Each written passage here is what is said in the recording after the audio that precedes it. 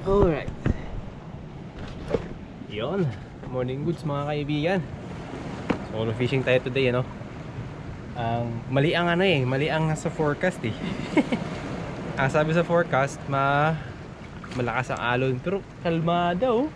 High tide pa. So, kung alam ko lang mga kaibigan, sana nag-jig na lang ako. Pero anyway, wala tayong dala jigging wala tayong jigging gears eh. So mangyayari, popping tayo all the way, no? Kaya ngayon, ang gagawin natin, setup tayo. Ang plano ko ngayon mga kaibigan, uunahin kong gamitin ang Chug Norris. Ayun ito. Tanggal. Tanggal pa talaga. Ay nako, allergies.